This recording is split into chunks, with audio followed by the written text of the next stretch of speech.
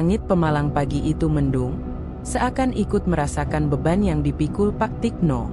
Dengan gerobak ayam sederhana yang sudah berkarat di beberapa sisi, ia mendorong perlahan menyusuri gang demi gang. Nafasnya memburu, bukan karena lelah, tapi karena cemas ayam-ayam yang ia bawa akan kembali tidak laku. Ia sudah keliling sejak subuh, namun baru 2 ekor yang terjual. Sisanya masih menumpuk di dalam keranjang bambu yang dilapisi karung goni. Beberapa ayam bahkan mulai lemas, tak segar lagi. "Pak Tik, nanti saya bayar sore ya. Suami belum kasih uang belanja," ucap Bu Ijah, salah satu pelanggan langganan, dengan wajah penuh harap. Pak Tikno mengangguk lemah. "Ya, Bu, enggak apa-apa," katanya, meskipun sebenarnya itu sudah kesekian kalinya Bu Ijah berhutang. Catatan kecil di buku bon miliknya semakin tebal, sementara saldo di dompetnya makin menipis. Di rumah, Bu Sarti, istrinya, tak kalah pusing. Uang belanja makin sulit diatur, apalagi kebutuhan anak mereka, Ratih, yang sedang persiapan lulus sekolah. "Kamu tadi dapat berapa, Tik?" tanya Bu Sarti setengah berharap saat suaminya pulang menjelang zuhur. Pak Tikno menaruh baskom ayam yang masih tersisa di pojok dapur. Ia menggeleng pelan. "Baru 2. Sisanya belum laku. Masih banyak." Bu Sarti menarik napas panjang, mencoba menahan keluhan yang sudah di ujung lidah. "Utang ke warung Bu Yuni juga belum dibayar, Tik. Terigu, beras, gas, semua nyicil. Kalau begini terus, kita mau makan apa?" Pak Tikno tak menjawab. Ia duduk di lantai, menunduk menatap kakinya yang berdebu. Kepalanya berat, pikirannya kalut. Ia tahu, tak bisa terus begini. Tapi mau kerja apa lagi? Dulu, ia sempat jadi kuli proyek. Tapi sejak proyek itu berhenti mendadak, ia banting setir jadi penjual ayam keliling. Awalnya cukup lumayan, tapi makin kesini, pembeli makin sepi. Belum lagi tekanan dari rentenir. 3 hari lalu, Pak Karim, orang suruhan rentenir bernama Darto, datang menagih utang sebesar 5 juta rupiah. Waktu jatuh tempo tinggal seminggu lagi. Kalau tidak dibayar, mereka mengancam akan membawa gerobaknya. Malam itu, setelah makan seadanya dengan lauk tempe goreng dan sambal, Pak Tikno keluar ke halaman belakang. Ia duduk di kursi plastik tua yang nyaris patah. Memandang langit gelap tanpa bintang, hanya suara jangkrik yang terdengar bersahutan. Di dalam hatinya, ia bertanya pada diri sendiri, sampai kapan hidup begini?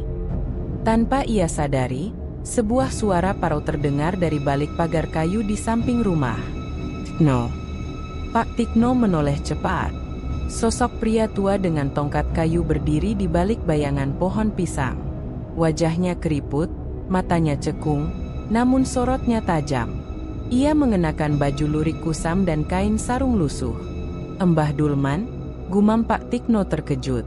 Pria tua itu tersenyum miring. "Sudah waktunya, Tik. Kamu ingin rezekimu lancar, kan?" Pak Tikno terdiam. Ia mengenal sosok itu dari dulu, orang yang dianggap berilmu oleh warga sekitar. Banyak yang diam-diam datang ke rumah Mbah Dulman untuk minta jalan keluar. Ada yang tiba-tiba sukses, ada yang dapat proyek besar, tapi juga ada yang mendadak pindah rumah tanpa kabar. "Kalau kamu memang siap, besok malam kamu datang ke rumahku. Malam Jumat Kliwon. Jangan ajak siapa-siapa.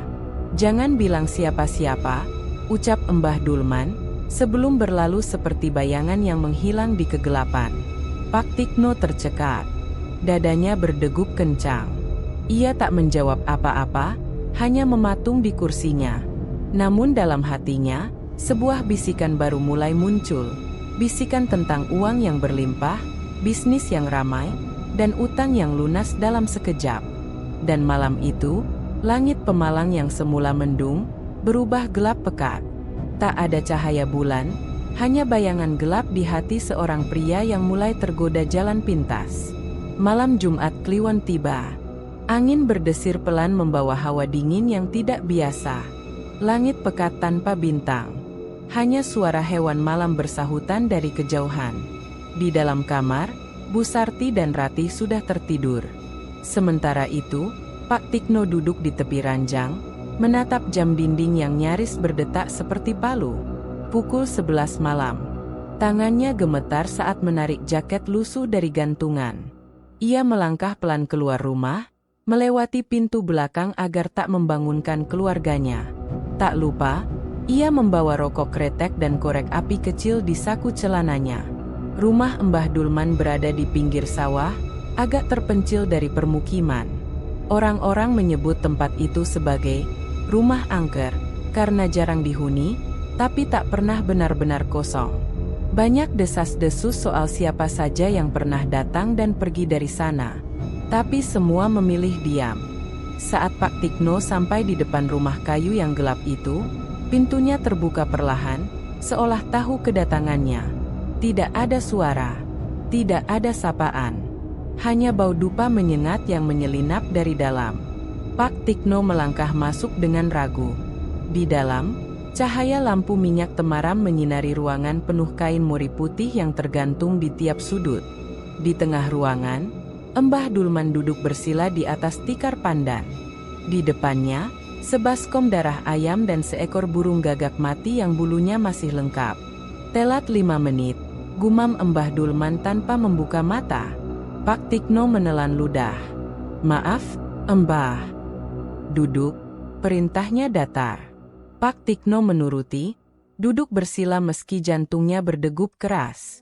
Ia mencium bau amis yang menyatu dengan aroma dupa dan tanah basah. "Apa kamu sudah siap menukar hidupmu yang sekarang, dengan kehidupan yang tidak akan pernah kamu bayangkan?" tanya Mbah Dulman tanpa memandang. Pak Tikno berpikir sejenak. Dalam kepalanya berkelebat wajah Bu Sarti, Ratih, utang yang menumpuk, dan gerobak ayam yang nyaris rusak. Semua itu terasa menyesakkan. Ia mengangguk pelan. "Saya siap, Mbah. Apapun syaratnya." Mbah Dulman membuka matanya perlahan. Pandangannya tajam menembus seperti sinar. Lalu ia mulai menyiapkan sesajen. Kelapa muda, nasi kuning, kembang 7 rupa, dan potongan tubuh hewan yang tak dikenali Pak Tikno bentuk aslinya. Kemudian, ia mencelupkan telunjuk ke darah ayam dan mengguratkan simbol aneh di lantai papan rumah itu. Suara lirih mulai terdengar, seperti doa atau mantra dalam bahasa yang tidak dimengerti. "Mulai malam ini, kamu akan diberi jalan. Jalan yang mulus, dengan darah." Pak Tikno menelan ludah lagi. "Mulai besok, kamu akan mendapatkan rejeki berupa ayam-ayam yang kuat, cepat laku, dan akan dicari para pedagang. Tapi ada syarat yang tak boleh dilanggar," ucap Mbah Dulman. Pak Tikno menunduk, menyimak. "Pertama, jangan pernah menyembelih ayam dengan tanganmu sendiri. Serahkan pada orang lain. Kedua, jangan pernah menghina ayam yang mati mendadak. Biarkan saja. Ketiga, jangan pernah menolak pembeli yang datang sebelum subuh. 3 pantangan itu harus kamu patuhi sampai napasmu yang terakhir.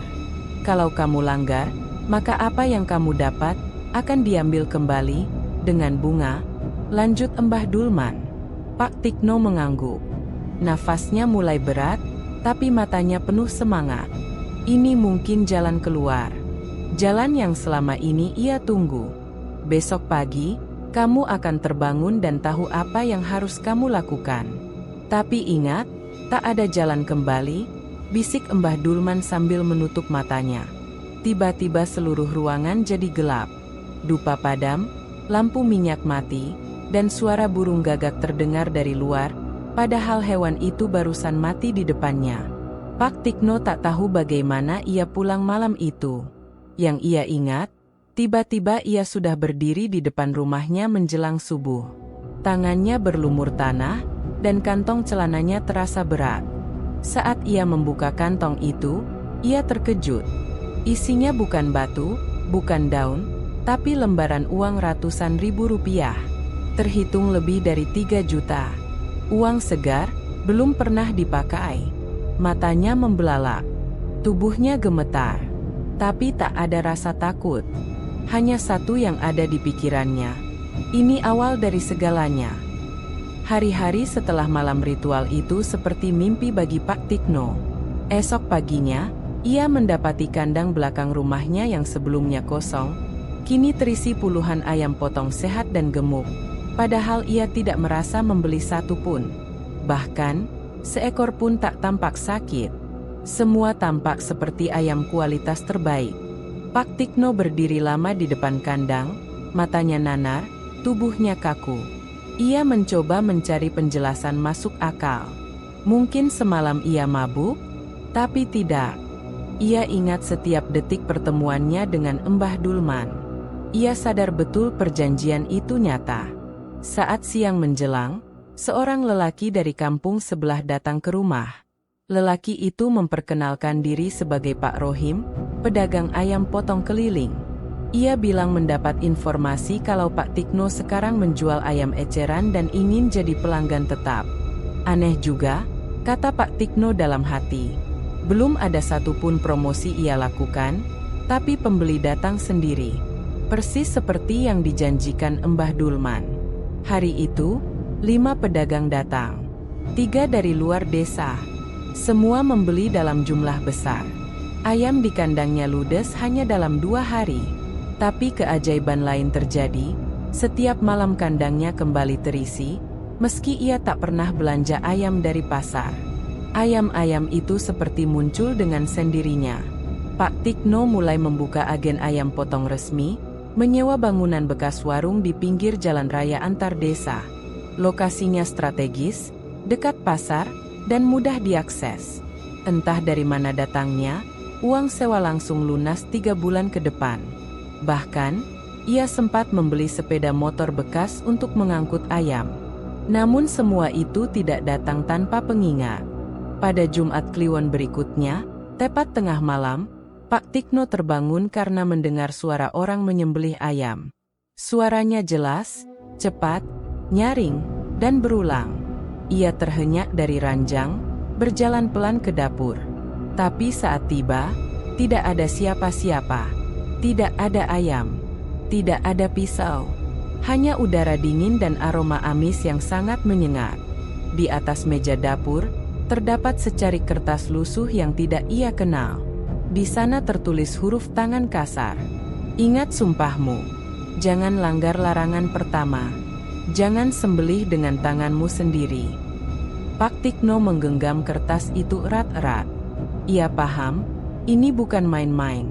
Apapun yang ia jalani, bukan dari dunia biasa.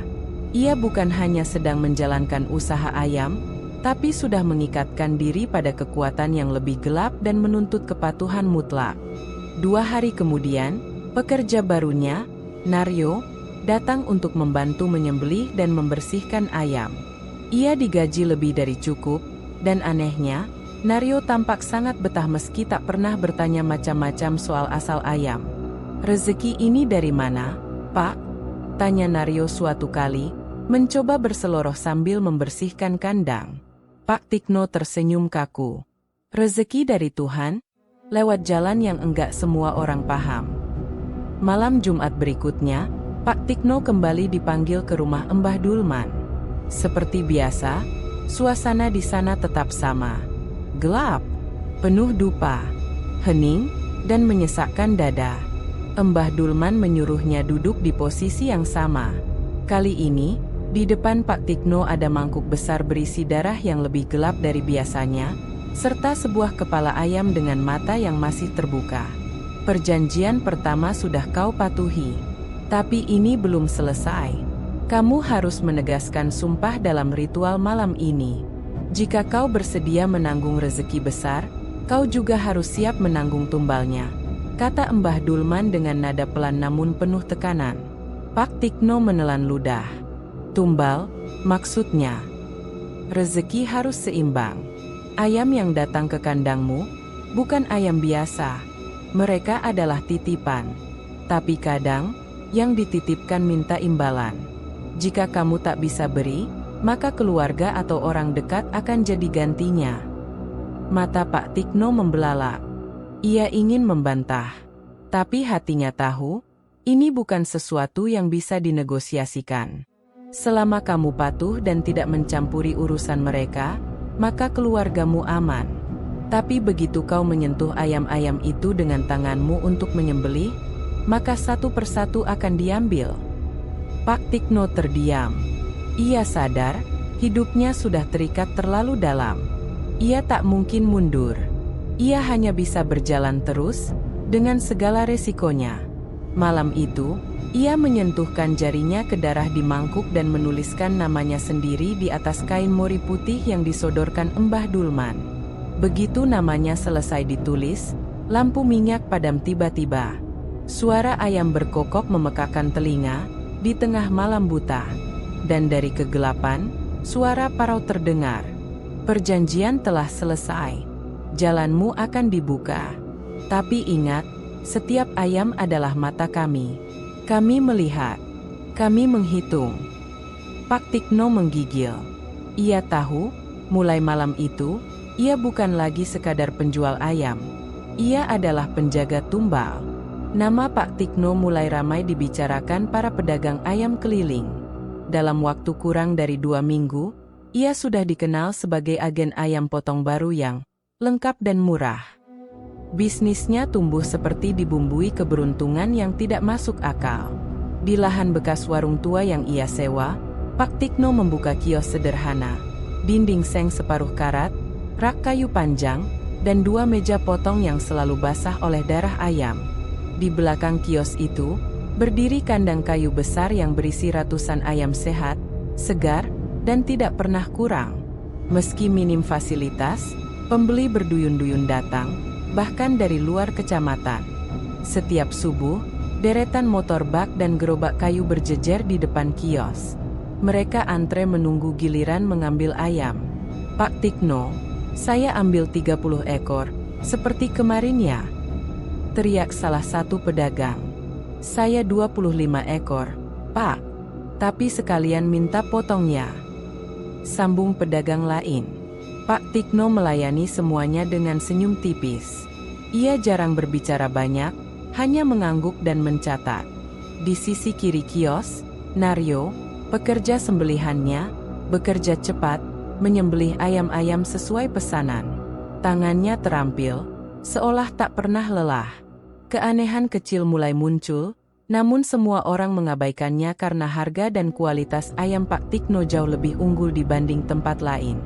Ayam-ayam milik Pak Tikno tidak pernah sakit. Dagingnya selalu empuk, bersih, dan ukurannya hampir seragam.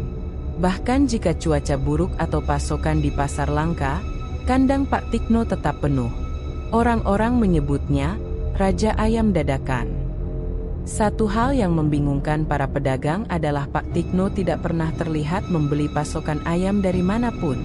Tidak ada kendaraan pengangkut, tidak ada kurir, tidak ada truk box. Ayam-ayam itu selalu ada, seolah tumbuh dari tanah. Suatu pagi, Bayu, pedagang muda yang belakangan menjadi pelanggan tetap, memperhatikan sesuatu yang membuatnya merinding. Ia datang lebih pagi dari biasanya, sebelum azan subuh berkumandang. Saat berjalan mendekat ke kandang belakang kios, ia melihat cahaya redup dari dalam kandang dan mendengar suara seperti bisikan pelan-pelan. Suara apa itu? Bayu bertanya dalam hati. Ketika ia intip, tak ada siapa-siapa. Tapi di lantai kandang, terlihat bekas goresan seperti cakar besar dan bulu ayam yang basah darah. Padahal ayam-ayam tampak sehat dan tenang. Tak satu pun mengeluarkan suara. Bayu mengurungkan niatnya untuk bertanya. Ia hanya diam, mengambil pesanannya, lalu pergi sambil menoleh ke belakang 2 kali. Sementara itu, di rumah, Bu Sarti mulai merasa ada yang berubah dari suaminya. Sejak usaha ayam potong itu berjalan, Pak Tikno jarang bicara, lebih sering melamun, dan hampir setiap malam terbangun kaget oleh mimpi buruk. Kadang, ia duduk sendiri di teras belakang, merokok dalam gelap, menatap kosong ke arah kandang. Ayam-ayam itu, seperti mengawasi aku, kata Pak Tikno suatu malam lirih, saat Bu Sarti membawakannya teh hangat. Apa maksudmu? Tanya istrinya. Pak Tikno tidak menjawab. Ia hanya menghela napas dan menunduk. Setiap Jumat Kliwon, Pak Tikno tetap pergi diam-diam ke rumah Mbah Dulman. Di sana, ia melakukan ritual lanjutan. Mbah Dulman selalu memperingatkan hal yang sama. Rezekimu akan terus mengalir, Tik. Tapi pantangan itu jangan sampai kamu langgar. Ayam-ayam itu bukan milikmu, hanya titipan. Jangan pernah menyentuhnya dengan niat menyembelih. Pak Tikno mengangguk, tapi batinnya mulai gelisah. Puncaknya terjadi ketika seorang pelanggan dari kecamatan tetangga, Pak Irwan, datang dan protes karena satu dari ayam yang ia beli tiba-tiba mati dengan mata melotot dan darah hitam mengering di lehernya. "Ini ayam apa, Pak Tikno? Kayak bukan ayam normal," kata Pak Irwan dengan nada tinggi. Pak Tikno menjawab pelan, "Kalau ada yang mati, tak usah dibahas. Ambil ganti saja. Jangan tanya macam-macam." Nada suaranya pelan, tapi tegas.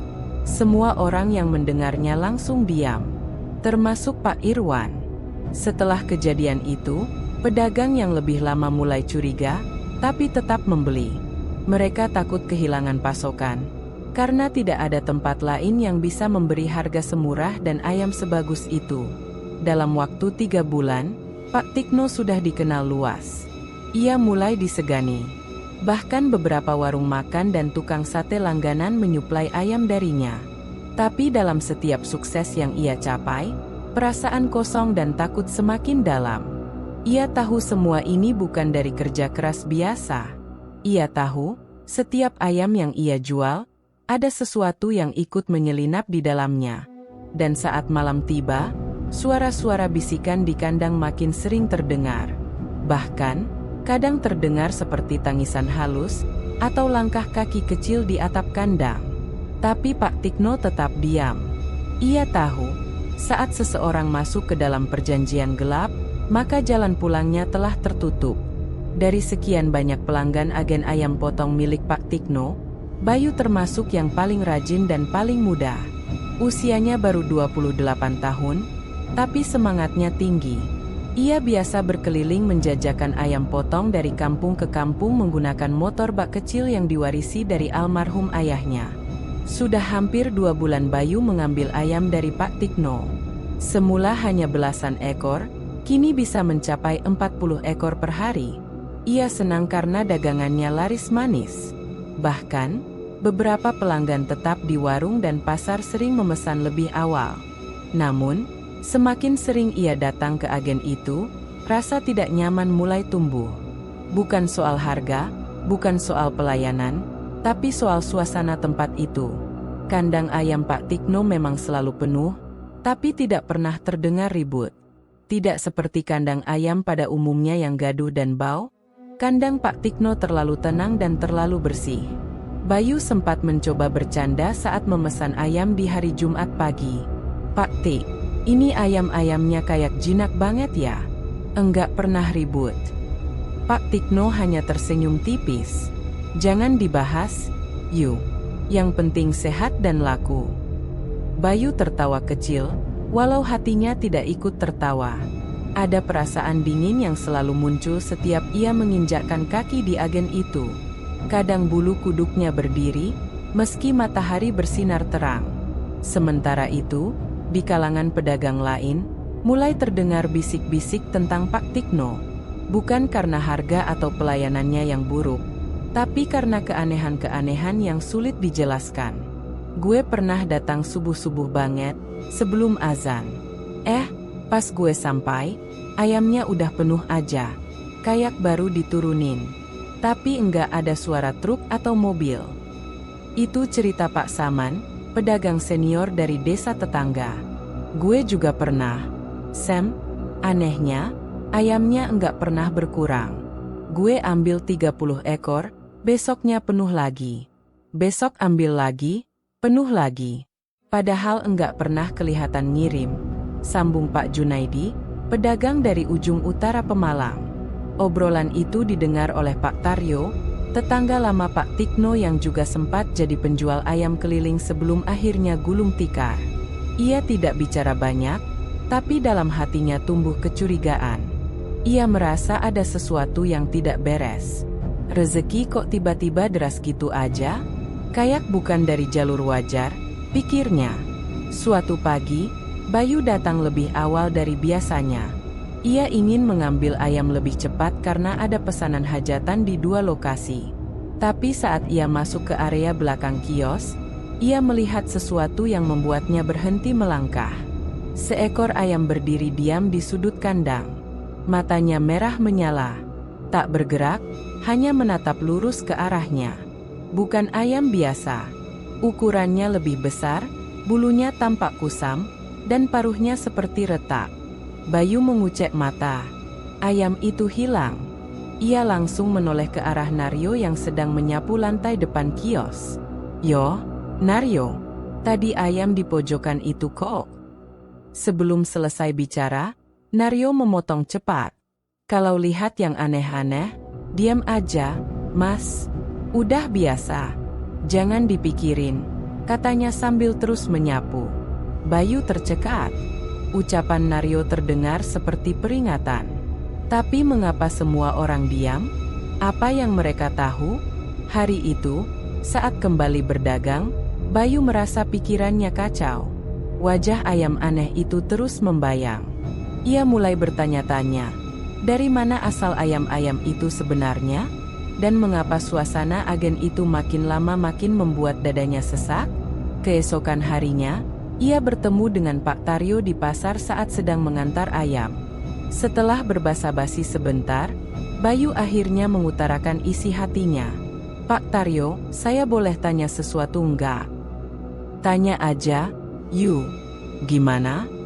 "Pak Tikno, menurut Bapak, usahanya itu wajar?" Pak Taryo menatap Bayu dalam-dalam. Matanya seperti menyimpan kecurigaan yang sudah lama dipendam. Saya udah lama curiga. Dulu saya dagang bareng dia. Sama-sama keliling. Tapi tiba-tiba, dia bisa buka agen gede. Ayamnya enggak habis-habis. Enggak ada pasokan, tapi selalu penuh. Menurutmu itu normal?" Bayu diam. Ia merasa baru menemukan sekutu yang juga punya kegelisahan yang sama. "Saya pengen tahu lebih banyak, Pak. Tapi saya takut. Takut kalau saya tahu sesuatu yang seharusnya enggak saya tahu," kata Bayu pelan. Pak Taryo menepuk bahunya. "Kalau kamu beneran pengen tahu jangan sendirian. Karena kalau benar ini bukan usaha biasa, maka yang kamu lihat belum tentu bisa kamu lupakan." Hari-hari berikutnya, Bayu mulai sering memperhatikan hal-hal kecil yang sebelumnya ia abaikan. Ayam-ayam yang matanya tidak pernah benar-benar menatap kosong. Tumpukan bulu yang seperti tumbuh sendiri di kandang. Suara gemerisik yang muncul dari dalam karung, meski isinya hanya jerami. Dan yang paling membuat merinding, bau darah yang muncul tanpa sebab, bahkan saat tidak ada ayam yang dipotong. Meski tetap berdagang seperti biasa, hati Bayu semakin dipenuhi kecemasan. Ia sadar, ia sedang berjalan di tengah lingkaran yang gelap, dan agen ayam potong tempatnya bergantung itu, menyimpan sesuatu yang lebih dari sekadar bisnis. Sudah hampir sebulan usaha agen ayam milik Pak Tikno berjalan lancar. Pendapatannya melonjak tajam, bahkan jauh melebihi yang pernah ia bayangkan. Dalam sekejap, hidupnya berubah. Dari pedagang keliling yang sering tak laku, kini ia menjadi juragan ayam yang dihormati. Namun di balik kesuksesan itu, kegelapan mulai merambat ke dalam rumahnya sendiri. Pagi itu, seperti biasa, Bu Sarti membersihkan sisa darah ayam yang menetes di dapur belakang. Ia tidak pernah benar-benar ikut dalam urusan bisnis sang suami, tapi akhir-akhir ini pekerjaan rumahnya makin banyak. Setiap pagi, ia membersihkan lantai dapur yang belepotan darah, mencuci peralatan potong, hingga menyiapkan kopi dan makan siang untuk para pekerja. "Dulu kamu jualan keliling, enggak pernah segini ribetnya," keluh Bu Sarti pada suatu malam. Pak Tikno hanya menjawab singkat, "Namanya juga rezeki, Bu. Harus disyukuri." Namun pagi itu, sesuatu yang tidak biasa terjadi. Saat ia membersihkan salah satu baskom berisi ayam yang belum sempat dibersihkan, Bu Sarti melihat ayam dengan leher sobek, dan dari luka itu mengalir darah berwarna hitam pekat, bukan merah seperti biasa. Ia menjerit kecil dan menjatuhkan baskom. Pak Tikno yang sedang duduk di depan rumah langsung berlari ke dapur. "Ada apa, Bu?" Bu Sarti menunjuk ke lantai. "Itu, ayamnya, Tik. Darahnya hitam. Kayak bukan darah ayam."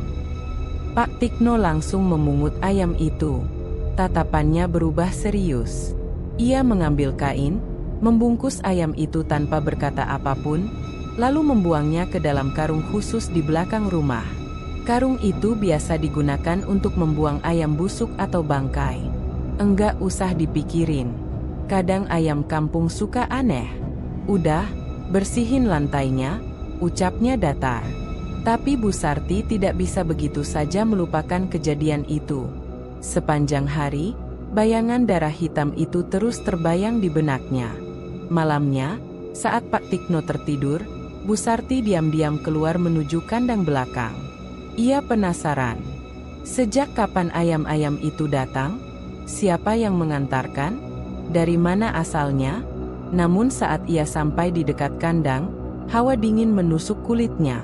Ia mendengar suara riuh ayam dari dalam kandang, padahal dari luar tampak tenang. Saat ia mendekatkan wajah ke selapapan kandang, ia melihat sesuatu yang membuat napasnya tercekat. Seekor ayam berdiri menghadap ke pintu, menatapnya lurus. Tapi matanya bukan mata ayam. Mata itu besar, hitam, dan berair. Seperti mata manusia. Bu Sarti terlonjak mundur. Jantungnya berdetak tak karuan. Ia berlari masuk ke rumah, mengunci pintu, dan menyelimuti tubuhnya sambil gemetar. Keesokan harinya, ia memilih diam. Tak satu kata pun ia ucapkan tentang apa yang ia lihat. Tapi sejak hari itu, Bu Sarti mulai curiga bahwa usaha suaminya menyimpan sesuatu yang tidak wajar. Sementara itu, Pak Tikno semakin jarang berbicara. Ia tampak lelah dan mudah gelisah. Tidurnya tak pernah nyenyak. Hampir setiap malam ia terbangun karena mimpi buruk. Mimpi melihat ayam-ayam tanpa kepala berjalan di sekeliling ranjangnya, atau tangan-tangan hitam yang menyeret tubuhnya ke dalam kandang. Ia tahu apa penyebabnya. Di satu malam Jumat Kliwon, ia terlambat melakukan persembahan kecil yang biasanya ia letakkan di bawah lantai kandang. Segenggam nasi kuning, sebutir telur mentah, dan darah dari ayam pertama yang dipotong hari itu. Akibat kelalaian itu, ayam-ayamnya mulai bertingkah. Beberapa pekerja mengeluh karena ayam jadi agresif, suka mematuk, dan ada yang mendadak mati dengan mata terbuka dan lidah terjulur. Namun ia tak berani melapor ke Mbah Dulman. Ia hanya mengganti sesajen keesokan malamnya, berharap segalanya kembali tenang. Di rumah, Ratih, anak gadis mereka yang beranjak dewasa, juga mulai merasakan dampaknya. Ia mengeluh sering pusing, susah tidur, dan merasa ada yang memperhatikan dari balik jendela kamarnya setiap malam. "Mama, tadi malam Ratih dengar suara ayam di bawah jendela," katanya suatu pagi. "Kan kandang ada di belakang, Nak?" "Iya, tapi ini kayak ayamnya di dalam kamar." Terus, suaranya bukan kokok, tapi kayak orang nangis. Bu Sarti terdiam. Ia memeluk anaknya dan berusaha menenangkan, tapi dalam hati ia tahu, ada sesuatu yang salah sedang berkembang di rumah ini. Hari demi hari, ayam-ayam berdarah hitam mulai muncul lebih sering. Setiap kali itu terjadi, Pak Tikno membungkus dan membuangnya diam-diam. Ia tidak pernah menyuruh orang lain. Ia tahu ayam-ayam itu adalah peringatan, dan ia tak punya pilihan selain menahan semua sendiri. Namun ia sadar, perlahan, kesalahan kecil mulai terjadi. Ia lengah, ia lalai, dan setiap kelalaian dibalas dengan sesuatu yang menyeramkan. Dalam ritual terakhirnya bersama Mbah Dulman, sang dukun hanya berkata satu kalimat sebelum Pak Tikno pulang. Kalau darahnya sudah tidak merah, itu tandanya mereka mulai lapar. Pak Tikno tidak menjawab. Ia tahu siapa yang dimaksud dengan Mereka.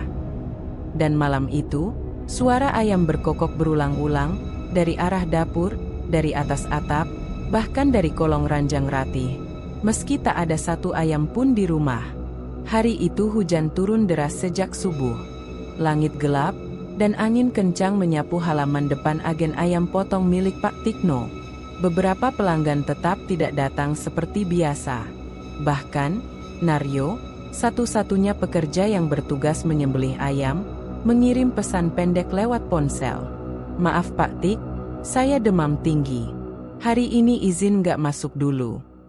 Pak Tikno hanya menatap layar ponselnya lama. Tangannya gemetar pelan. Ia tahu ini bukan sekadar hari biasa. Hari itu adalah Jumat Kliwon, waktu di mana ia wajib menyetor darah pertama dari ayam yang dipotong, sebagai bagian dari perjanjian pesugihan. Tapi tanpa Naryo, tidak ada yang bisa menyembelih. Sebenarnya, ia bisa saja menyuruh siapapun. Tapi hari itu, para pedagang sudah datang dan mendesak karena dikejar waktu untuk berdagang di pasar. Waktu terus berjalan. Hujan belum reda. Dan ayam-ayam di kandang berisik tak seperti biasanya. Suara-suara mereka seperti mendesak dan menekan, menciptakan rasa tak nyaman yang menguras pikiran. "Pak Tik, kalau enggak dipotong sekarang, saya telat ke pasar," ujar Pak Darto, pedagang lama yang tidak tahu menahu soal perjanjian gaib itu. Pak Tikno menatap pisau sembelih di meja. Di dekatnya, seekor ayam sudah siap dibersihkan. Larangan utama dari Mbah Dulman terus terngiang di kepalanya. "Jangan pernah menyembelih ayam dengan tanganmu sendiri." Namun kondisi darurat, tekanan pelanggan, dan rasa panik membuatnya goyah. "Ayam cuma ayam," gumamnya pelan. Akhirnya, dengan tangan gemetar, Pak Tikno mengambil ayam dan menyembelihnya sendiri. Sekali tebas, darah mengucur deras ke baskom. Sekilas, semua terlihat normal. Tidak ada petir menyambar, tidak ada gempa. Hanya suara hujan di luar. Pak Tikno menarik napas panjang, berusaha menenangkan diri. Mungkin, larangan itu cuma untuk nakut-nakutin saja, pikirnya. Tapi sejak ayam itu ditebas, waktu terasa berhenti. Malam harinya, rumah Pak Tikno diselimuti keheningan yang ganjil. Tidak ada ayam berkokok. Tidak ada suara cicak. Tidak ada angin. Saat Bu Sarti membersihkan sisa cucian di belakang rumah, ia melihat air hujan yang menggenang berubah warna menjadi merah kehitaman. Seolah ada darah mengalir dari saluran pembuangan. Ia memanggil suaminya. "Tik, lihat deh. Ini air kok kayak darah." Pak Tikno mendekat. Ia terdiam. Tidak menjawab. Ia hanya menatap genangan air itu dengan wajah pucat. "Enggak usah bersihin dulu. Masuk aja, Bu," katanya pelan. Bu Sarti menurut. Tapi saat malam semakin larut, suara ayam mulai terdengar dari loteng rumah.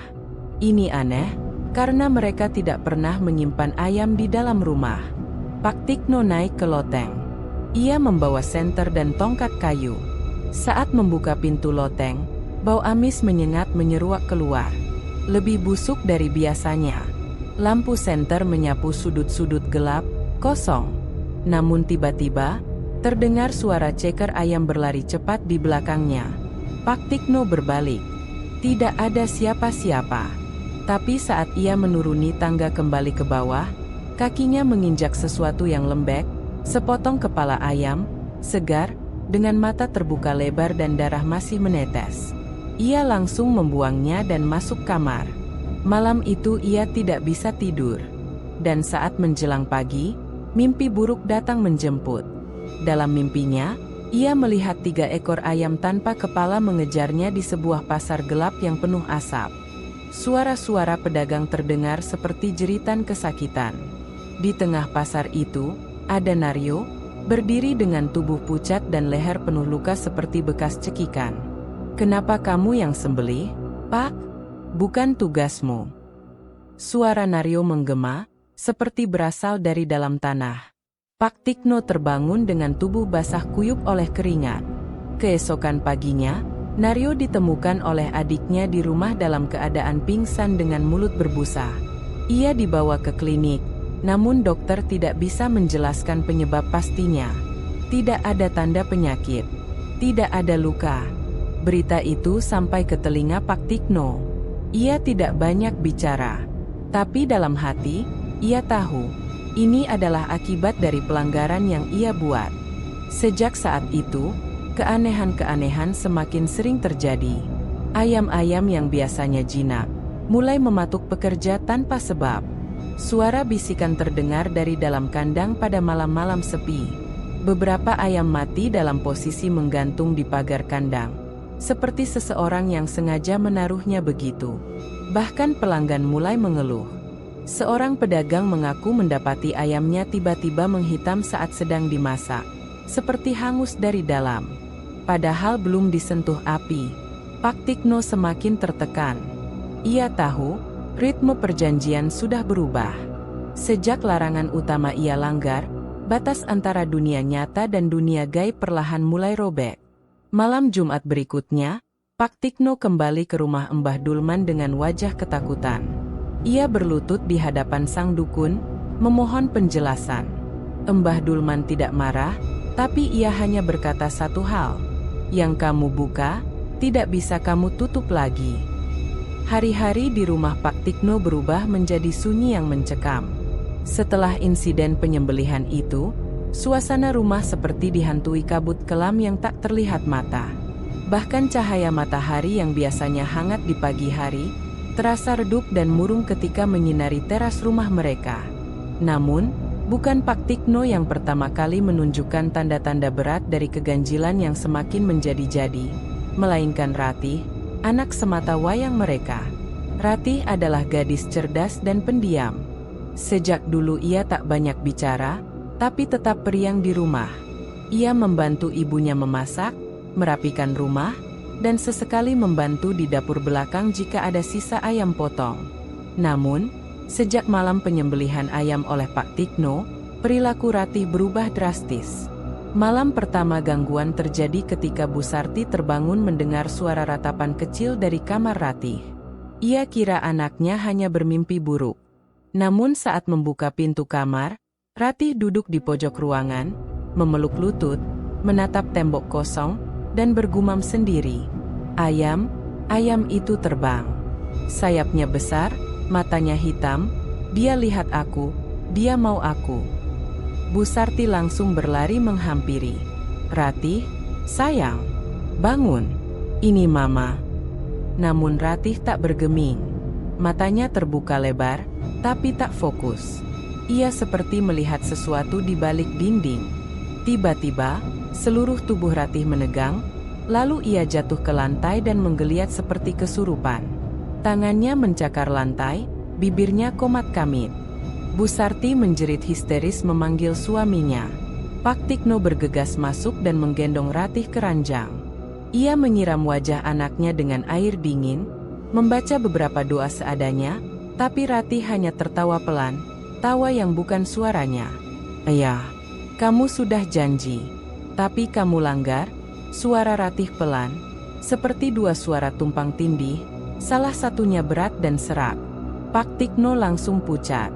Ia tahu suara itu bukan milik anaknya.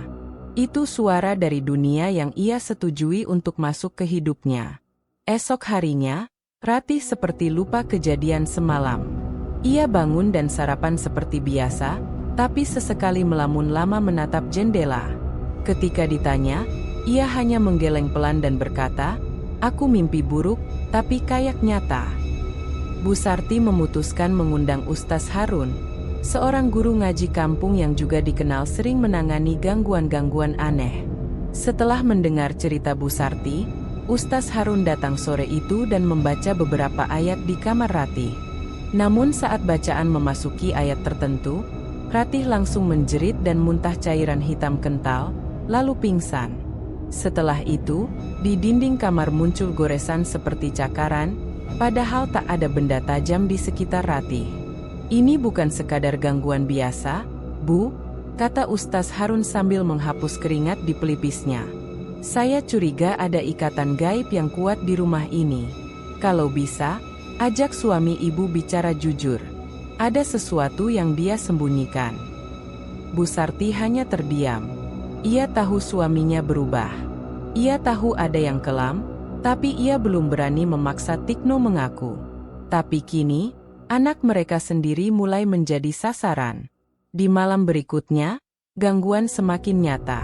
Tepat tengah malam, saat rumah hening dan semua tertidur, Ratih mengigau keras. Suaranya seperti orang yang sedang berteriak dari dalam air. Dia datang. Dia mau aku. Tolong, jangan kasih aku ke dia ah. Pak Tikno masuk ke kamar Ratih dengan tubuh gemetar. Tapi sebelum sempat mendekat, lampu kamar mati sendiri dan udara di dalam berubah dingin menggigit. Saat lampu kembali menyala, Ratih sudah berdiri di atas ranjang, matanya hitam legam tanpa putih, dan bibirnya bergerak cepat tanpa suara. "Ya, kau sudah potong sendiri. Kau harus ganti." "Ganti?" Pak Tikno jatuh terduduk. Suara itu kembali, suara yang tidak berasal dari Ratih. Kali ini lebih tegas, lebih mengancam. Lalu tiba-tiba, Ratih pingsan. Setelah itu, seluruh ayam di kandang belakang berkokok bersamaan, meski tengah malam. Suaranya nyaring, panjang, dan menggetarkan dada. Sebagian tetangga yang mendengar bahkan mengira ada kebakaran atau kematian mendadak di rumah Pak Tikno. Besoknya, Bayu, yang mulai mencurigai sesuatu dari agen ayam, datang ke rumah Pak Tikno untuk mengambil pasokan.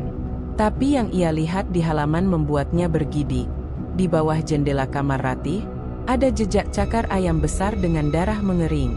Bayu tak berkata apa-apa. Ia hanya mengambil ayam dan pergi. Namun dalam hati, ia tahu, apapun yang Pak Tikno sembunyikan, kini mulai menyeret orang-orang yang tak bersalah ke dalamnya. Bu Sarti makin tak tahan.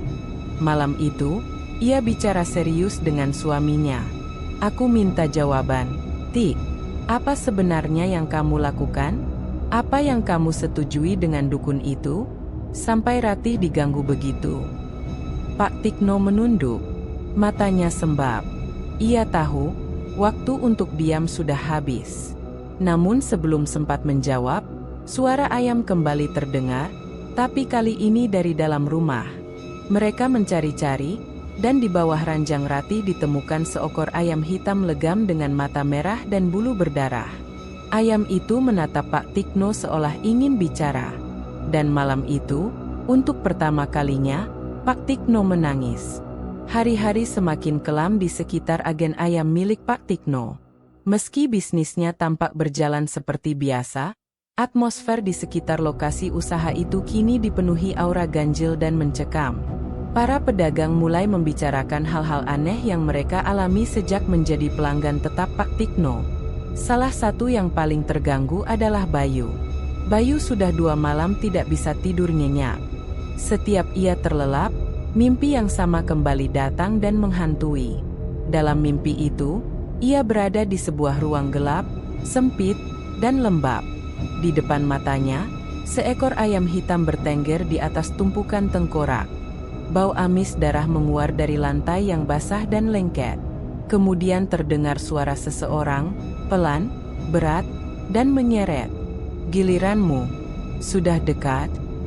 Lalu ayam itu melompat ke arah wajah Bayu, dan ia selalu terbangun dengan tubuh berkeringat dingin. Semula ia pikir itu hanya mimpi biasa karena kelelahan. Tapi malam ketiga, mimpi itu berubah menjadi lebih mengerikan.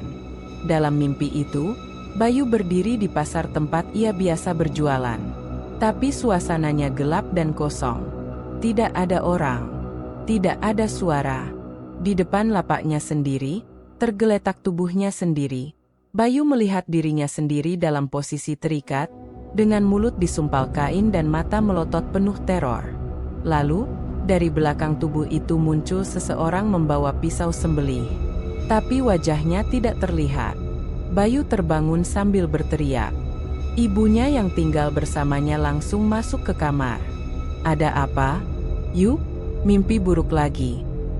Bayu hanya mengangguk sambil menutupi wajahnya. Ia merasa napasnya sesak. Ada ketakutan yang tidak bisa ia jelaskan. Keesokan paginya, ia mengunjungi warung kopi dekat pasar dan bertemu Pak Saman serta Pak Junaidi, dua pedagang ayam keliling lain yang juga rutin mengambil pasokan dari agen Pak Tikno. Tanpa basa-basi panjang, Bayu menceritakan mimpinya. Pak Saman terdiam sejenak, lalu mengangguk. Aku juga mimpi begitu, Yu. Persis. Ruang gelap. Ayam hitam. Bau darah. Tapi di mimpiku, ayamnya bicara.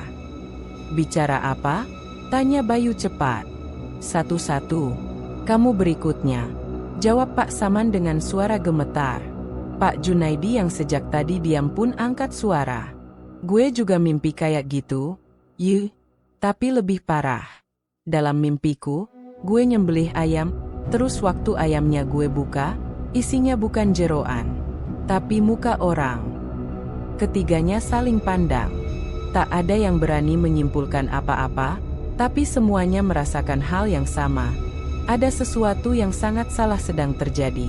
Sementara itu, Pak Tikno juga tidak tenang. Sejak ia melanggar larangan menyembelih ayam sendiri, bayangan hitam mulai mengikutinya kemanapun ia pergi. Kadang ia melihat sesosok makhluk tinggi besar berdiri di balik kandang saat senja. Kadang ia mendengar suara ayam berbisik di balik dinding rumahnya. Dan setiap malam Jumat Kliwon, pintu belakang rumah selalu terbuka sendiri tepat pukul 2 dini hari, seperti ada yang keluar atau masuk dari dalam rumah. Pak Tikno tidak pernah berani memeriksa. Namun yang membuatnya semakin takut adalah ketika para pelanggan setia satu persatu mulai menjauh. Bayu sudah seminggu tidak mengambil ayam. Pak Saman hanya mengambil setengah dari biasanya.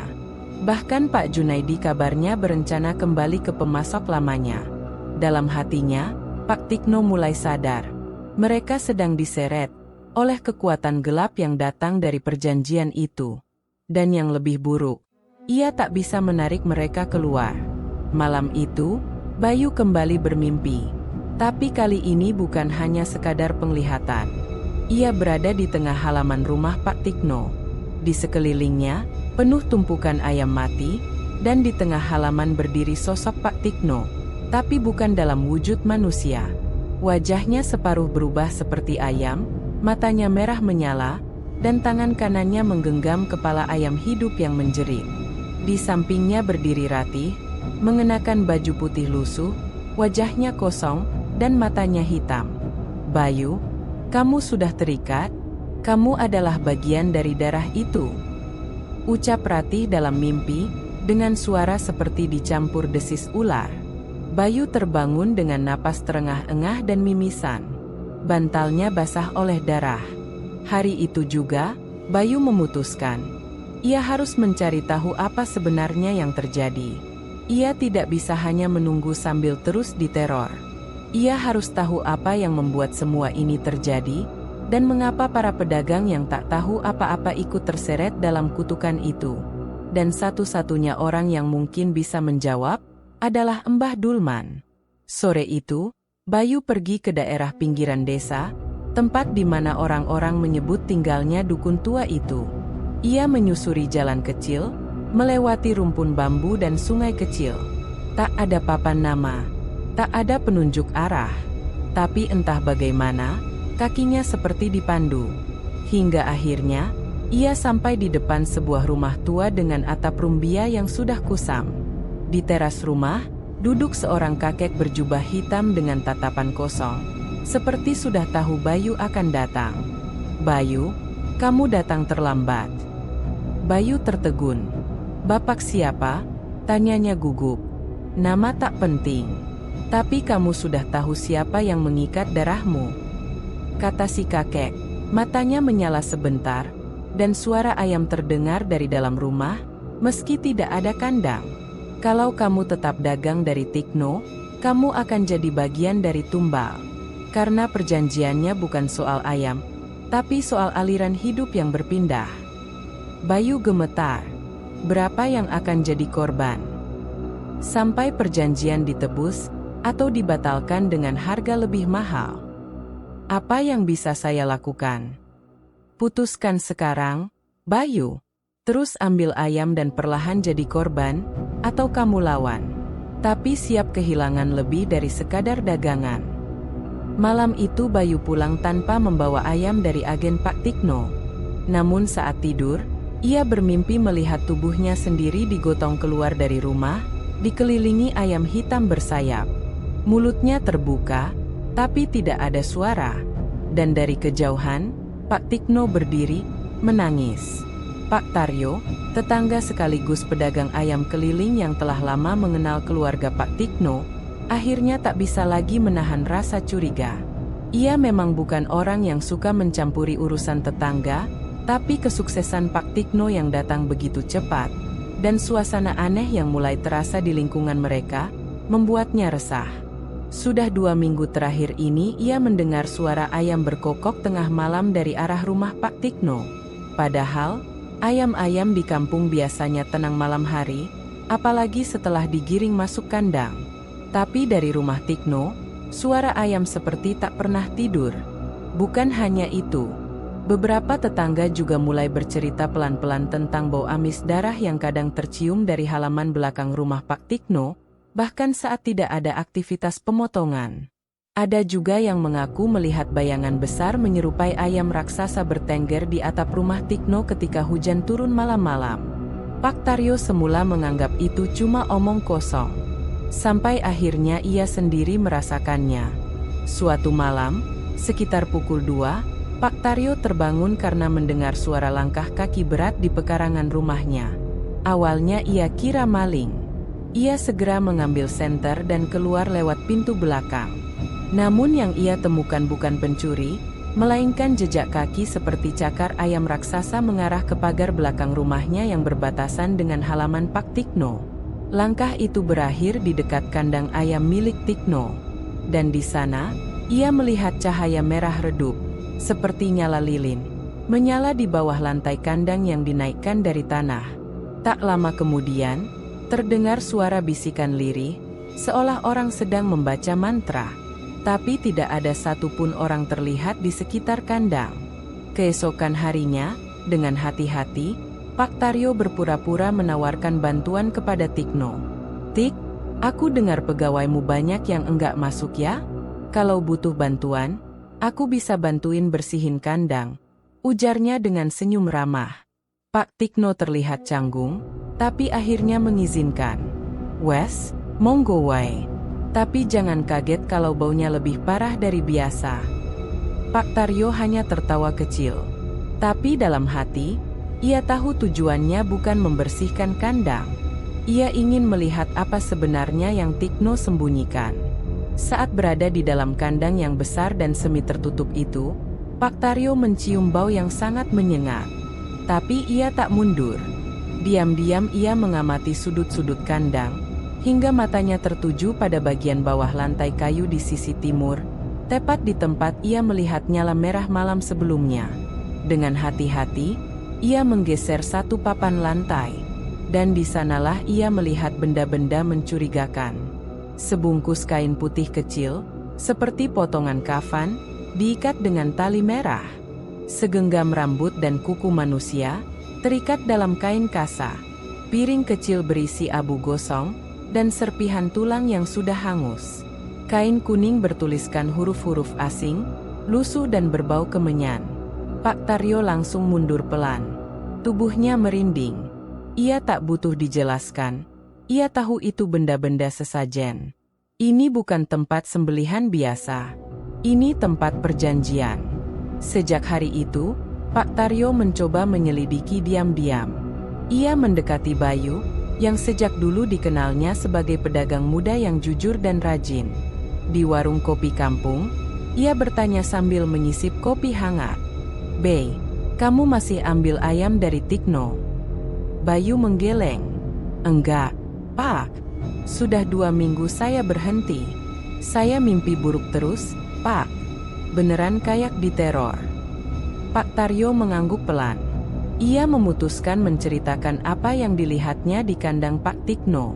Awalnya Bayu mengira Pak Taryo berlebihan, tapi begitu ia mendengar tentang bungkusan kain kafan dan tulang, wajahnya berubah pucat. Aku juga pernah ke rumah dukun yang disebut orang-orang, namanya Mbah Dulman, ucap Bayu perlahan. Pak Taryo terdiam. Nama itu tak asing. Dia bilang, kami para pedagang yang ambil ayam dari Tikno sudah terikat. Lambat atau cepat, darah kami akan jadi bagian dari bayarannya. Pak Taryo mengepal tangan. Kalau gitu, kita harus berbuat sesuatu. Kita harus kasih tahu orang lain. Tikno enggak bisa dibiarkan begini. Bayu mengangguk. Tapi hati-hati, Pak. Saya dengar, orang yang nyoba buka rahasia Tikno bisa kena sendiri.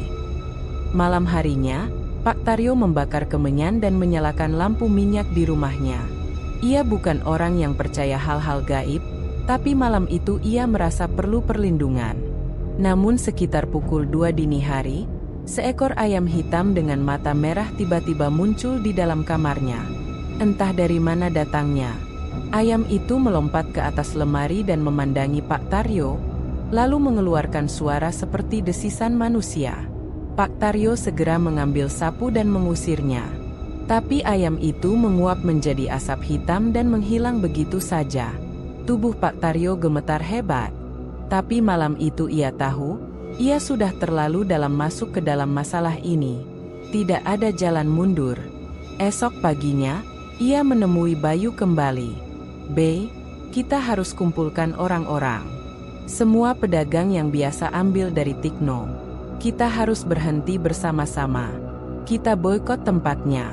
Biar dia tahu kalau dia main api, kami tak akan diam." Bayu setuju. Dan hari itu juga, mereka mulai menyebarkan kabar secara sembunyi-sembunyi ke para pedagang. Namun mereka tidak tahu, satu dari mereka sudah ditandai. Dan malam berikutnya, salah satu pedagang ditemukan meninggal di rumahnya. Tanpa luka, matanya terbuka, dan di dadanya tertulis huruf merah samar, "Ganti." Pagi itu, kampung dikejutkan oleh kabar kematian mendadak salah satu pedagang ayam keliling, Pak Junaidi. Pria paruh baya yang dikenal sehat, kuat, dan jarang sakit itu ditemukan tewas di ruang tengah rumahnya, dalam posisi terlentang, mata terbuka lebar seolah sedang menatap sesuatu yang mengerikan, dan mulut menganga. Tak ada luka, tak ada darah, tak ada tanda kekerasan fisik. Namun, di dadanya, tepat di atas kaos dalamnya yang putih lusuh, terpampang satu kata yang tertulis samar seperti tercetak dengan darah, "Ganti." Polisi datang. Para medis memeriksa. Tapi hasilnya nihil. Tidak ada penyebab kematian yang bisa dijelaskan secara medis. Tidak jantung. Tidak sesak napas. Tidak keracunan. Tubuhnya utuh. Tapi wajahnya menunjukkan ekspresi teror yang luar biasa. Berita kematian Pak Junaidi menyebar cepat seperti api di musim kemarau. Terlebih karena 2 hari sebelumnya, orang-orang tahu bahwa ia baru saja menyatakan berhenti mengambil pasokan ayam dari Pak Tikno. Desas-desus segera muncul. Apa itu karena dia tolak ayam dari Pak Tikno? Katanya Pak Tikno main pesugihan, jangan-jangan itu tumbal. Tiap Jumat Kliwon suara ayamnya kok makin serem. Ya. Rumah Pak Junaidi langsung dipenuhi pelayat, tapi yang datang pun terlihat takut-takut. Banyak yang hanya mengintip dari luar pagar. Bahkan sebagian berbisik sambil membaca doa pelan-pelan. Di sisi lain, Pak Tikno tampak kalem. Ia datang melayat, menyumbang uang, dan menyampaikan bela sungkawa. Tapi di wajahnya yang tersenyum itu, ada kilatan kekosongan. Bayu yang melihat dari kejauhan merasa perutnya mual.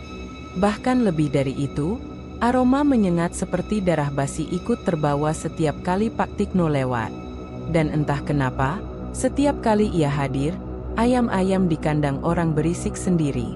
Seolah tahu ada sesuatu yang tidak wajar lewat di hadapan mereka. Malam harinya, Pak Taryo dan Bayu duduk di belakang rumah sambil memandangi langit. Pak Junaidi baru mulai ikut kita boikot, dan dia langsung meninggal. Ini bukan kebetulan, Bey.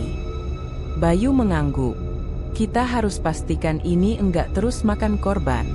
Saya yakin, perjanjian Tikno sudah nuntut pengganti. dan dia enggak bisa kontrol lagi siapa yang jadi tumbal. Pak Taryo menggigit bibir. Tapi gimana cara kita bongkar semua ini ke warga? Enggak semua orang percaya yang kayak begini. Bayu menarik napas, lalu pelan-pelan berkata, saya rasa kita harus ke Mbah Dulman lagi. Biar kita tahu sejauh apa kekuatan ini udah terlepas. Pak Taryo tampak berpikir keras. Tapi sebelum ia menjawab, terdengar suara ayam berkokok panjang. Tapi bukan seperti ayam biasa. Suara itu lebih dalam. Serak. Seperti datang dari tenggorokan manusia yang kesakitan. Keduanya saling pandang. Malam itu mereka tak lanjut bicara. Masing-masing masuk rumah lebih cepat dari biasanya. Sementara itu, Bu Sarti semakin ketakutan. Ratih kini tak hanya kerasukan sesekali, tapi mulai bicara dengan makhluk tak kasat mata hampir setiap malam. Suaranya berubah-ubah, dari tawa riang, jeritan nyaring, sampai bisikan lirih yang hanya bisa didengar saat orang berada sangat dekat dengannya. Salah satu malam, Bu Sarti menyaksikan sendiri Ratih menulis dengan darah di dinding kamarnya. Ketika disadarkan, Ratih tidak ingat apapun. Di tulisan itu tertulis, 1 sudah diambil, 4 lagi. Kamu pilih siapa, Ayah? Bu Sarti tak bisa lagi tinggal diam. Ia mendesak Pak Tikno untuk menceritakan semuanya. Dengan berat hati, akhirnya Tikno mengaku soal perjanjiannya dengan Mbah Dulman.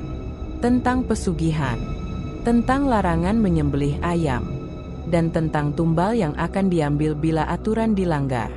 Bu Sarti menangis. Tapi lebih dari sekadar marah, ia ketakutan. Kalau kamu enggak hentikan ini, Tik, keluarga kita bisa jadi tumbal berikutnya. Namun Pak Tikno hanya menunduk. Suara lirihnya nyaris tak terdengar. Sudah terlambat. Jalan keluar dari pesugihan ini cuma satu, dan itu bukan lewat manusia. Hari berikutnya, warga mulai menolak datang ke agen ayam Pak Tikno. Para pedagang yang masih mengambil pun melakukannya dengan hati tak tenang. Tapi tetap ada saja yang terpaksa bertahan karena kebutuhan. Dan itu yang membuat Tikno tenang. Masih ada aliran darah yang bisa dia pertahankan. Namun semua itu tak bisa membendung kekuatan gaib yang semakin liar. Suatu sore, ayam-ayam di kandang Tikno berlarian sendiri tanpa sebab. Beberapa dari mereka menabrakkan diri ke pagar hingga mati. Seorang tetangga yang melihat bahkan bersumpah melihat seekor ayam besar berbulu hitam keluar dari kandang dan terbang ke arah bukit. Dan malamnya, bayi tetangga depan rumah Tikno meninggal mendadak. Keluarga itu percaya kematian anak mereka ada kaitannya dengan kekuatan gelap yang sedang berkeliaran. Keesokan paginya, pagar rumah Tikno dicoret dengan cat merah oleh orang tak dikenal. Tulisan besar itu berbunyi, cabut pesugihanmu atau hilangkan dirimu. Pak Tikno tahu, waktunya semakin sempit. Namun untuk keluar dari pesugihan, ia harus berhadapan langsung dengan makhluk yang memberinya kekuatan. Dan itu hanya bisa dilakukan lewat ritual darah, yang tidak hanya menuntut tumbal ayam, tapi juga tumbal nyawa manusia. Sejak kematian Pak Junaidi dan berbagai keganjilan di sekitarnya, Pak Tikno tidak lagi bisa tidur nyenyak. Malam-malamnya berubah menjadi teror tanpa henti. Rumahnya yang dulu terasa hangat kini seperti lorong dingin yang dipenuhi bisikan dan bayangan hitam. Ia duduk sendirian di ruang tengah, lampu menyala redup, dan tubuhnya gemetar meski tak ada angin. Di depannya, segelas kopi yang ia buat sendiri sejak pukul 2 dini hari sudah dingin dan tak tersentuh. Suara ayam berkokok kembali terdengar. Tapi kali ini bukan dari kandang. Dari dalam rumah. Lalu menyusul, suara tangisan. Suara anak kecil. Dan suara orang mengerang. Pak Tikno menutup telinga, tapi suara itu tetap ada di kepalanya. Kamu janji, tapi kamu langgar. Gantinya harus dikirim. Pilih siapa? Pilih sekarang. Ia menatap langit-langit rumah yang semakin terlihat gelap dan bergerigi, seperti ada cakar besar yang menembus dari atas. Pagi harinya, Bu Sarti menemukan suaminya tertidur di lantai ruang tengah dalam keadaan basah kuyup. Meski malam itu tidak turun hujan, Pak Tikno hanya menggumam pelan saat dibangunkan. Aku lihat, Ratih dibawa makhluk bersayap. Mereka terbang, Sart. Aku coba panggil, tapi suaraku hilang. Sudah, cukup. Kita harus hentikan ini semua. Ajak aku ke tempat Mbah Dulman. Kita bicarakan jalan keluar. Pak Tikno menggeleng pelan. Enggak semudah itu. Aku udah terlalu jauh, Sarti. Mereka enggak cuma ambil rezeki, mereka narik jiwa. Lalu kamu mau apa? Tunggu sampai Ratih beneran hilang. Pak Tikno terdiam. Suaranya tercekat. Pandangannya kosong. Aku pikir, aku bisa kendalikan. Tapi ternyata aku yang dikendalikan. Hari-hari selanjutnya, Pak Tikno seperti orang yang hidup di dua dunia. Siang ia tetap melayani para pedagang, meski jumlahnya semakin sedikit. Malam, ia duduk di depan rumah dengan wajah murung, menyalakan dupa, dan menabur abu gosong di halaman. Ritual untuk menenangkan makhluk yang menagih janjinya. Namun gangguan itu tak juga reda. Setiap malam, Ratih mengigau keras, menyebut nama-nama orang yang sudah meninggal. Ia bahkan sempat menyebut nama Pak Junaidi, sambil tertawa. Pak Junaidi enggak bisa lari, ya, dia udah disembelih di mimpi. Bu Sarti yang mendengar itu langsung memeluk anaknya erat-erat. Pak Tikno mulai kehilangan arah. Ia tak tahu harus bicara pada siapa. Orang-orang menghindarinya. Para pedagang menatapnya dengan waspada. Bayu bahkan tidak lagi menyapanya jika mereka berpapasan di pasar. Dan suatu malam, Pak Tikno berjalan sendiri ke kandang ayam. Ia membuka pintu kandang, melangkah masuk pelan, dan duduk di lantai kayu tua di sudut kandang. Di tangannya, ia membawa sebilah pisau sembelih, bukan untuk ayam. Tapi belum sempat ia berbuat apa-apa, seekor ayam hitam raksasa muncul dari pojok kandang. Ukurannya hampir sebesar anak kambing, matanya merah menyala, dan bulunya seperti asap yang berputar. Ayam itu menatap Pak Tikno, lalu berbicara tanpa membuka paruh. Kalau kamu mati, keluarga kamu yang ganti. Pilih, atau kami ambil semuanya. Pak Tikno menjatuhkan pisau itu. Ia menangis sejadi-jadinya. Jangan Ratih, ambil aku saja. Terlambat. Kamu sudah janji. Kamu sudah langgar. Tidak bisa ditukar dengan air mata. Setelah malam itu, Pak Tikno seperti orang yang setengah hidup. Ia mulai bicara sendiri, kadang tertawa, kadang menangis di depan kandang. Tubuhnya kurus, wajahnya pucat, dan matanya cekung seperti tak tidur berminggu-minggu. Orang-orang mulai menyebut rumah Pak Tikno sebagai rumah angker si ayam gila.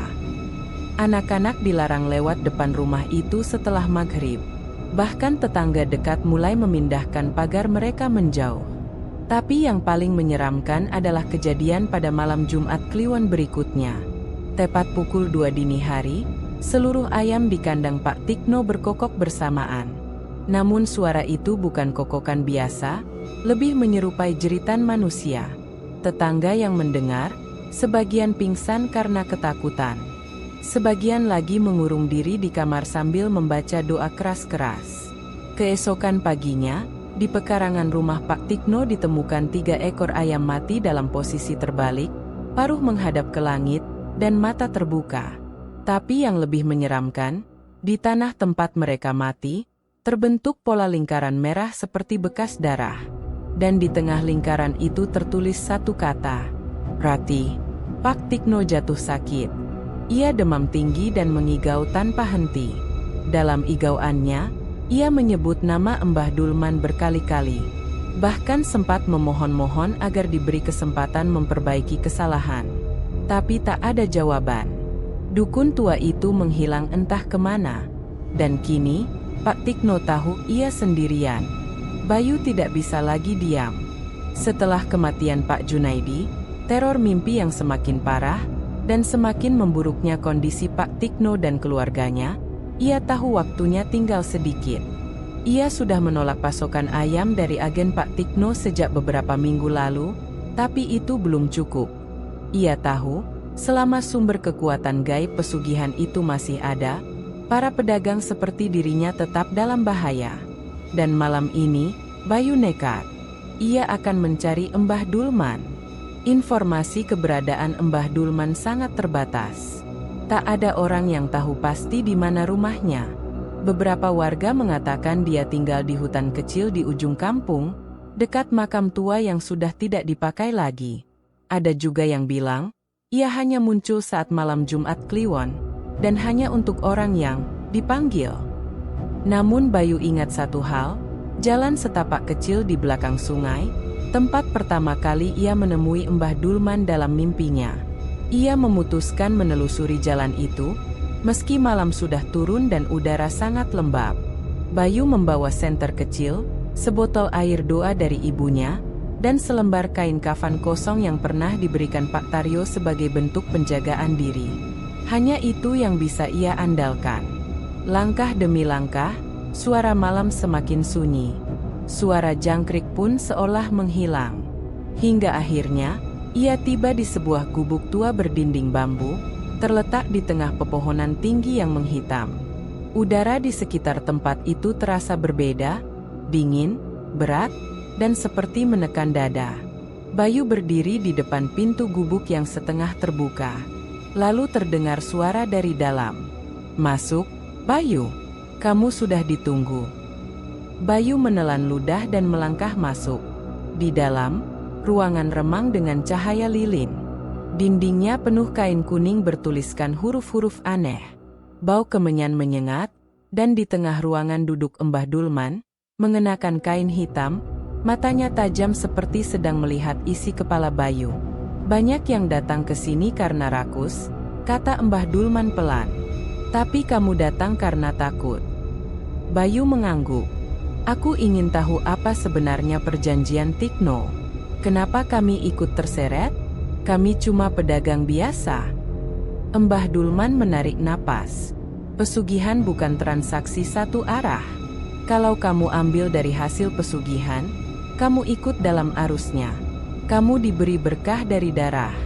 Dan darah harus terus mengalir. Kalau berhenti, kamu jadi gantinya." Bayu terdiam. Tubuhnya kaku. "Kalau begitu, apa bisa dihentikan?" Embah Dulman tersenyum samar. "Bisa, tapi tidak mudah. Dan tidak semua kuat bayar harganya." "Bagaimana caranya?" desak Bayu. Embah Dulman berdiri dan mengambil sebuah kitab tua yang diletakkan di atas batu. Ia membukanya, lalu menunjukkan satu halaman penuh simbol dan tulisan merah. "Ini inti pesugihan Tikno. Namanya, Cakar Mantri Ayam. Ia bukan makhluk biasa. Ia penjaga kekayaan berbentuk ayam hitam bersayap. Tapi ia makan tumbal hidup. Tikno mengikatnya dengan darah pertama saat ritual Jumat Kliwon. Dan sejak itu, setiap ayam yang dipotong dari agen itu membawa energi pengikat. Jadi setiap pedagang yang ambil dari agen Tikno, ikut terikat." "Benar.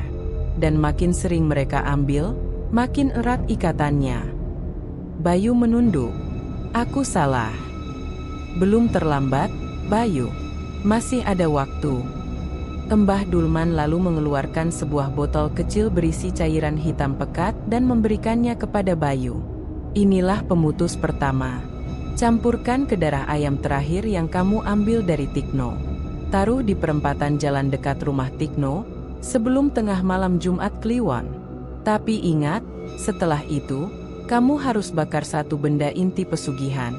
Jimat darah yang disimpan Tikno di bawah kandangnya." Bayu mengangguk, mencoba menghafal langkah-langkah itu. "Tapi Tikno sudah gila, Embah. Mana mungkin aku bisa masuk ke kandangnya tanpa dia curiga." "Kamu tidak sendirian. Cari orang yang juga ingin keluar. Ada yang sedang menunggu saat yang tepat untuk bertindak." Bayu tahu siapa yang dimaksud, Pak Taryo. Sepulang dari tempat Embah Dulman, Bayu segera menemui Pak Taryo dan menceritakan semuanya. Wajah Pak Taryo tegang, tapi matanya menunjukkan harapan. Kita harus lakukan ini cepat, sebelum ada yang mati lagi, kata Bayu. Pak Taryo mengangguk. Saya tahu di mana Tikno simpan jimat itu. Tapi kita harus masuk saat dia pergi. Dan kalau dia tak pergi, kita buat dia pergi. Hari Kamis malam, mereka bersiap. Bayu mencampurkan cairan hitam dari Mbah Dulman ke darah ayam terakhir yang pernah ia ambil dari agen Tikno, lalu menyiramkannya di perempatan jalan, persis seperti yang diminta. Dan tepat pukul 11 malam, Pak Tikno keluar rumah dengan langkah sempoyongan, seolah dipanggil sesuatu. Matanya kosong, tubuhnya lemas. Ia berjalan ke arah kebun belakang, menuju sungai. Saat itulah, Bayu dan Pak Taryo menyusup ke kandang ayam Tikno. Mereka mengangkat papan lantai di sudut kandang, tempat yang pernah Pak Taryo buka. Dan di sana, mereka menemukan jimat darah itu. Segumpal kain merah, berlumur keringat, darah, dan abu gosong, terikat dengan benang emas. Baunya menyengat, seperti bangkai. Bayu segera menuangkan minyak tanah di atasnya dan membakarnya. Api menyala cepat. Tapi bersamaan dengan itu, terdengar jeritan nyaring, bukan dari mulut manusia, melainkan suara ayam besar yang seperti kesakitan. Jeritan itu menggema ke seluruh kampung. Lalu terdengar suara kaca pecah dari arah rumah Tikno. Disusul teriakan Bu Sarti. Mereka berdua segera lari ke arah rumah. Tapi ketika sampai di sana, Pak Tikno sudah tidak ada.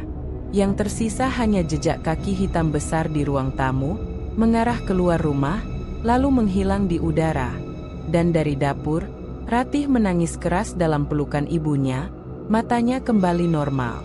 Setelah pembakaran jimat darah di bawah kandang ayam Pak Tikno, suasana di kampung mendadak berubah.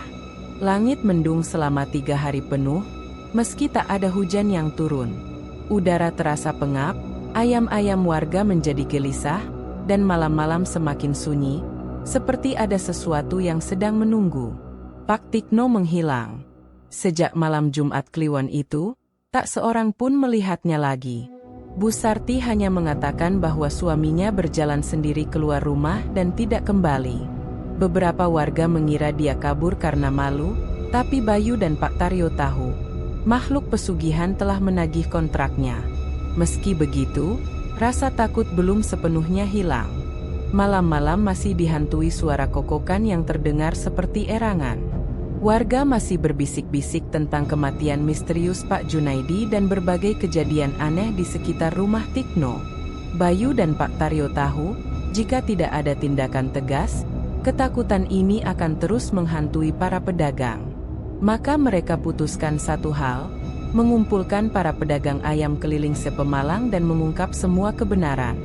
Hari itu, di Balai RT, lebih dari 30 pedagang ayam berkumpul. Mereka datang dengan berbagai ekspresi, ada yang penasaran, ada yang ketakutan, ada juga yang masih tak percaya akan semua kabar burung tentang Pak Tikno. Bayu maju pertama, diikuti oleh Pak Taryo. Tanpa basa-basi, mereka menceritakan semua. Dari awal Tikno yang putus asa, bertemu Mbah Dulman, melakukan ritual pesugihan, membuka agen ayam potong dengan kekuatan gaib, hingga tumbal-tumbal yang mulai diambil. Beberapa pedagang bergidik ketika mendengar detailnya, terutama yang selama ini rutin mengambil ayam dari agen Tikno. Aku pernah mimpi disembelih, Pak, kata seorang pria gemuk dengan suara pelan. Aku kira cuma mimpi biasa. Tapi sejak itu, anakku sering sakit. Saya juga, tambah yang lain. Waktu berhenti ambil ayam dari Tikno, tiba-tiba rumah saya bau amis terus. Seperti ada yang sembunyi di dapur. Satu persatu, para pedagang mulai sadar bahwa mereka telah menjadi bagian dari rantai tumbal yang tak kasat mata. Dan mereka sadar, mereka harus bersatu agar tidak menjadi korban berikutnya. Malam harinya, para pedagang membuat keputusan berani. Boikot total sisa-sisa usaha Tikno. Tak satu pun dari mereka mau menyentuh stok ayam dari bekas kandang itu. Bahkan para pengepul telur dan pemotong ayam pun ikut menarik diri. Tempat itu harus ditutup, didoakan, dibersihkan, kata Pak Taryo. Tapi saat mereka kembali ke rumah Tikno esok paginya untuk membersihkan kandang, mereka menemukan sesuatu yang jauh lebih menyeramkan. Seluruh kandang ayam hangus terbakar, tapi tidak ada yang melihat api semalaman. Tanah di bawah bekas kandang retak dan menghitam seperti terbakar dari dalam bumi. Di tengahnya, ada lubang kecil yang dalam, dan di sekeliling lubang, terlihat jejak cakar besar, bukan milik ayam biasa. Dan di dinding rumah belakang, tertulis kalimat merah besar. Belum selesai, masih ada utang. Beberapa pedagang mundur ketakutan. Seorang dari mereka jatuh pingsan. Bayu sendiri merasakan kakinya gemetar hebat. Tapi Pak Taryo tetap berdiri tegak. Kita tidak boleh mundur. Ini saatnya hadapi sampai akhir. Malam itu, Bayu kembali ke rumah dengan napas berat. Ia tahu bahwa mereka baru memotong satu rantai dari kekuatan pesugihan itu. Tapi selama makhluknya masih ada, perjanjian masih bisa menuntut darah dari orang-orang yang pernah terikat. Dan benar saja, dini hari sekitar pukul 2, seekor ayam hitam besar muncul di depan rumah salah satu pedagang yang hadir dalam pertemuan boikot. Ia berdiri di pagar rumah, menatap jendela kamar anak pedagang itu, lalu menghilang seperti kabut. Paginya, anak itu demam tinggi dan mengigau soal, lelehan darah, dan mata merah. Berita itu membuat sebagian pedagang kembali takut. Beberapa mulai menarik dukungan, takut keselamatan keluarganya jadi taruhan.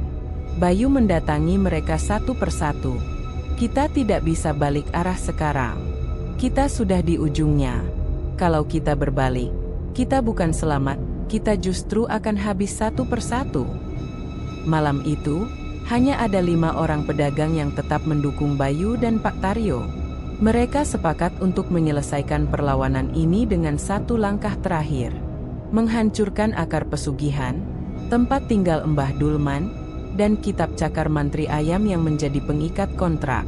Sebelum tengah malam, mereka berenam pergi menuju hutan tempat gubuk Mbah Dulman berada. Namun saat tiba di sana, gubuk itu sudah hangus, seperti dibakar dari dalam.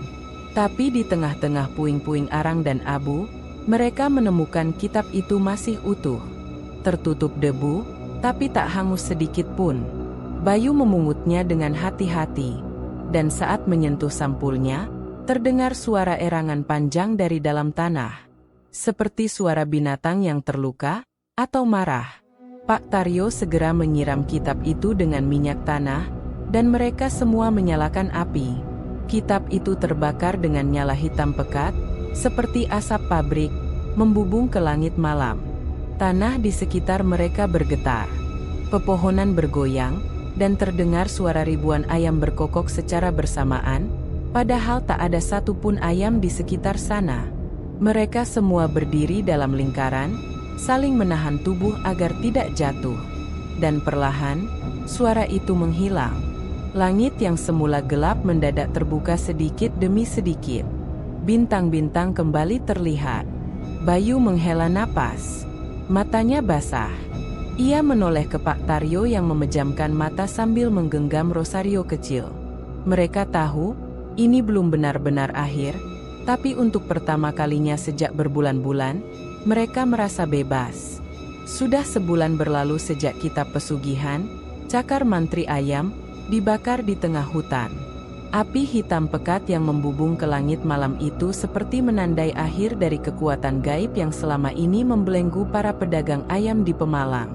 Setelah malam itu, tak ada lagi suara ayam berkokok tengah malam, tak ada lagi mimpi buruk, dan tak ada lagi jejak cakar di rumah-rumah. Seolah semua kembali normal. Tapi, tidak ada yang benar-benar kembali seperti dulu. Rumah Pak Tikno kosong. Tak ada seorang pun di dalamnya. Setelah kejadian malam Jumat Kliwon terakhir, Bu Sarti dan Ratih ikut menghilang. Tetangga tidak melihat mereka keluar, tidak mendengar suara pamit, dan tak ada barang yang dibawa pergi. Semua barang mereka masih di tempat. Bahkan pakaian Ratih masih tergantung di belakang pintu. Kompor di dapur masih kotor. Sisa nasi di meja kombasi dan berjamur. Warga mulai membisikkan hal-hal menyeramkan. Mereka diseret makhluk pesugihan. Bu Sarti dan Ratih adalah tumbal penutup. Atau mungkin, mereka sembunyi karena malu. Tapi Bayu tahu, itu bukan pelarian. Mereka benar-benar ditarik masuk dalam kekuatan gelap yang sempat bangkit karena pelanggaran perjanjian Tikno. Dan yang paling menyeramkan adalah jejak terakhir yang ditemukan di kamar Ratih. Di cermin, tertulis dengan embun dan uap air. Ayah sudah dibawa. Kami ikut. Jangan buka kembali. Sementara itu, kandang ayam Pak Tikno yang sudah hangus tak pernah disentuh lagi. Warga memutuskan untuk membiarkannya begitu saja. Bahkan ketua RT memasang pagar pembatas dari bambu di sekelilingnya dengan tanda silang merah. Agen ayam itu pernah jadi tempat penghidupan, sekaligus pintu masuk kegelapan. Dan kini, dibiarkan menjadi monumen kutukan. Bayu dan Pak Taryo kembali berdagang seperti biasa. Tapi kali ini mereka mendirikan koperasi kecil untuk para pedagang ayam keliling, agar tidak ada lagi ketergantungan pada satu agen. Koperasi itu sederhana, tapi jujur. Mereka menamai tempat itu, Pojok Ayam Bersih, bukan hanya bersih secara fisik, tapi bersih dari ilmu hitam, dari janji darah, dari kutukan tumbal. Namun, meski semua tampak tenang di permukaan, bekas luka itu tetap ada. Beberapa pedagang masih sering bermimpi didatangi ayam hitam bersayap, meski hanya sekilas. Bahkan Bayu sendiri masih sering mendengar bisikan samar saat lewat dekat bekas rumah Tikno. Dan suatu malam, ketika Bayu pulang dari pasar, ia melewati jalan setapak di belakang sungai, tempat dulunya ia menemui Embah Dulman. Gubuk itu sudah hilang. Hutan kembali sunyi. Namun di tanah kosong bekas gubuk, ia melihat satu benda tertanam setengah ke tanah. Sebuah telur ayam berwarna hitam pekat. Bayu menatapnya lama. Nafasnya tertahan. Lalu tanpa berkata apapun, ia mundur perlahan dan meninggalkan tempat itu. Ia tahu, perjanjian mungkin sudah dibakar, tapi warisan kegelapan masih mengintai. Setiap kesepakatan dengan kegelapan menyisakan jejak. Sekalipun dibatalkan, sekalipun dibakar, energinya tetap meresap ke tanah, ke udara, ke dalam mimpi orang-orang. Dan selama masih ada manusia yang terdesak, yang putus asa, yang ingin cepat kaya tanpa proses, cakar-cakar itu akan tumbuh kembali. Dengan nama baru, dengan bentuk baru, tapi tetap dengan perjanjian yang sama. Darah untuk uang, nyawa untuk dagangan. Kalau kamu suka cerita seperti ini, jangan lupa like kalau kamu menikmati ceritanya. Subscribe supaya gak ketinggalan cerita horor lokal berikutnya. Dan share ke temanmu yang suka kisah mistis, tapi juga penuh makna dan pelajaran hidup. Cerita seperti ini bakal terus hadir, bukan cuma buat menakut-nakuti, tapi juga buat mengingatkan, bahwa di balik setiap keinginan, ada harga yang harus dibayar. Sampai jumpa di kisah selanjutnya.